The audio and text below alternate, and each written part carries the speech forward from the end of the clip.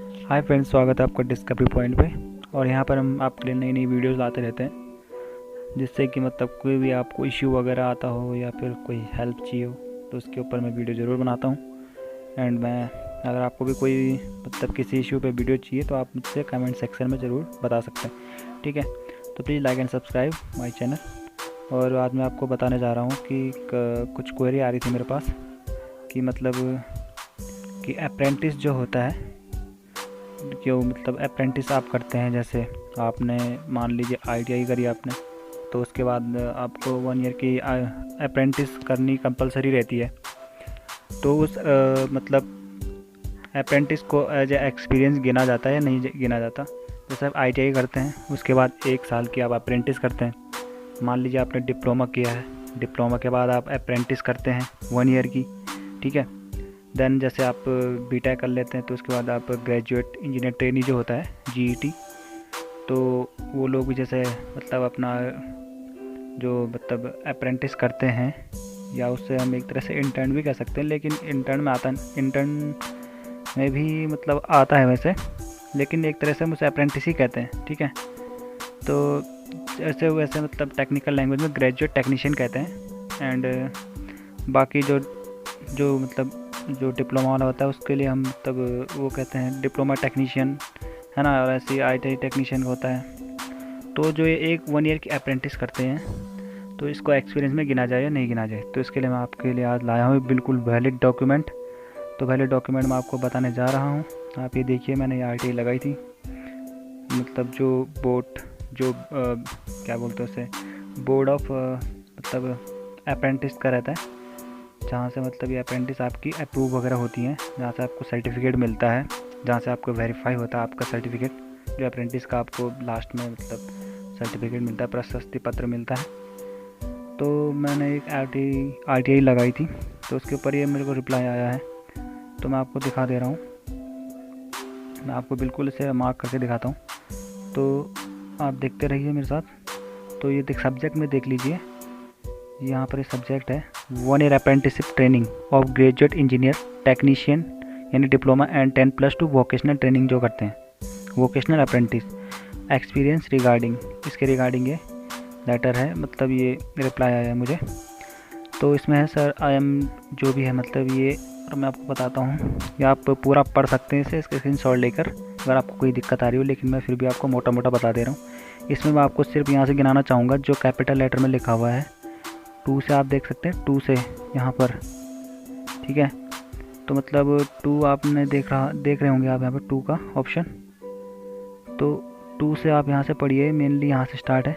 To considered recognition of 1 year apprenticeship training of graduate technician and technician vocational apprentice as experience for employment under central state establishment. ये आप ध्यान रखने वाली बात है जो इसने बताई है यहाँ पर, सेंट्रल और मतलब जो स्टेट एस्टेब्लिशमेंट होते हैं, जितने भी मतलब लिमिटेड कंपनीज़ होती हैं जो स्टेट के अंडर में आती हैं, या जो PSUs कंपनीज़ होती हैं, ठीक है, या फिर जो गवर्नमेंट मतलब ऑर्गेनाइजेशंस होते हैं, वहाँ पर उनकी बात यहाँ पर की जा रही है। आफ्टर डिस्कशन एट लेंथ, ठीक है, the council decided to resolve that, यहाँ से 1 year apprenticeship training of graduate technician and technician vocational, यानी 10+2 वाले जो होते हैं, जो काफ़ी मतलब वोकेशनल ट्रेनिंग वगैरह करते हैं, apprentices as experience for employment under central state.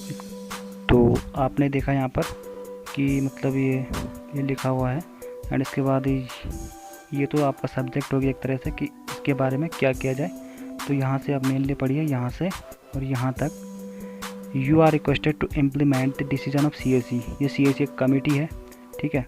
यहाँ पर है सेंट्रल अप्रेंटिस काउंसिल, इसकी फुल फॉर्म है, ने ये मतलब regarding 1 year practical training undergone by this categories of apprentice in different industries establishment etcetera. Then इसके बाद as 1 year experience for the purpose of employment under central state establishment. तो मतलब इसमें ये कमेटी ने डिसाइड किया है और ये रिक्वेस्ट कर रही है कि आप ये चीज़ लागू करें कि जो 1 ईयर की 1 ईयर का जो अप्रेंटिस होता है, जो भी आप ट्रेनिंग करते हैं, अप्रेंटिस करते हैं, तो उसको मतलब एज एक्सपीरियंस ज़रूर गिना जाए, ठीक है।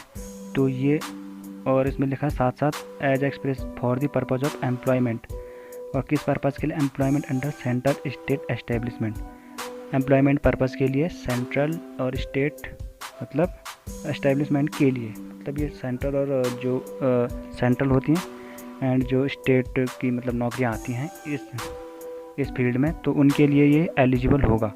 मतलब ये एक्सपीरियंस मतलब जो 1 ईयर का अप्रेंटिसशिप आप करते हैं तो ये एज ए एक्सपीरियंस आपका गिना जाएगा। तो आप बिल्कुल अप्लाई कर सकते हैं बेझिझक। एसएससी जेई में आते हैं, कई बार होता है कई पोस्ट के लिए 1 ईयर एक्सपीरियंस मांगा जाता है, ठीक है, तो आप उसे ज़रूर भर सकते हैं। एसएससी फेज आते हैं, एसएससी फेज मतलब वाली रिक्रूटमेंट होते हैं, उसमें भी आप ज़रूर अप्लाई कर सकते हैं। ऐसे स्टेट में भी आती हैं वैकेंसीज, तो उसमें भी 1 ईयर का अगर एक्सपीरियंस मांगा है और मतलब आपके पास है अप्रेंटिस, ठीक है, तो सही है। अगर 2 ईयर का मांगा है तो आपके पास 1 ईयर का अप्रेंटिस हो गया एंड 1 ईयर के आपके पास प्लस और एक्सपीरियंस होना चाहिए, तो 2 ईयर का आपके पास एक्सपीरियंस हो जाएगा, ठीक है। देन फिर मतलब आप इसमें बिल्कुल बेझिझक अप्लाई कर सकते हैं। और ये रेलिवेंट डॉक्यूमेंट है, ये मतलब आप देख सकते हैं इसमें ये मतलब डिसीज़न जो लिया गया था वो 1996 का है, 18/12/1996 का है। और देखिए ये मतलब ये तो मीटिंग हुई थी लेकिन ये अप्लाई यहाँ से हुआ है, ठीक है। 6 मई 1997 से ये नियम चलता आ रहा है, ठीक है। और आपको एक चीज़ बता देता हूँ अगर आपको कोई डाउट ना हो, ये देखिए आप रिप्लाई भी देख सकते हैं कब का है। रिप्लाई 3 सितंबर 2020 का है, मतलब ये लेटेस्ट है। और ये मैंने इन्फॉर्मेशन मांगी थी तो मुझे इसका जवाब ज़रूर मिला। तो आप बिल्कुल बेझिझक अप्लाई कर सकते हैं। तो मैं यही आपको बताना चाह रहा था। तो मेन क्लाउज जो आपको यहाँ पे बनता है वो ये है, ये वाला। आप इसे कहीं भी दिखा सकते हैं अगर कहीं पे अगर आपको दिक्कत आती है तो, ठीक है। तो थैंक्स फॉर वाचिंग एंड अगर आपको किसी टॉपिक पे वीडियो चाहिए तो आप ज़रूर मुझे बताना। लेकिन एक चीज़ और ऐड कर दूँ मैं इसमें कि आपके पास एक्सपीरियंस होना चाहिए, वो रेलिवेंट होना चाहिए। मान लीजिए कंपनी ने मांगा है कि आप मतलब आप वो जो एक्सपीरियंस है वो प्रोडक्शन में होना चाहिए, और पता चल रहा है आप क्वालिटी का लगा रहे हैं या मेंटेनेंस का लगा रहे हैं, तो वहाँ पर आपको दिक्कत ज़रूर हो सकती है। अगर प्रोडक्शन का एक्सपीरियंस मांगा है तो प्रोडक्शन का ही होना चाहिए, क्वालिटी का मांगा क्वालिटी, मेंटेनेंस तो मेंटेनेंस, अदर फील्ड्स का है तो अदर फील्ड्स का ज़रूर होना चाहिए, ठीक है दोस्तों। तो thanks for watching, please like and share the video, thanks.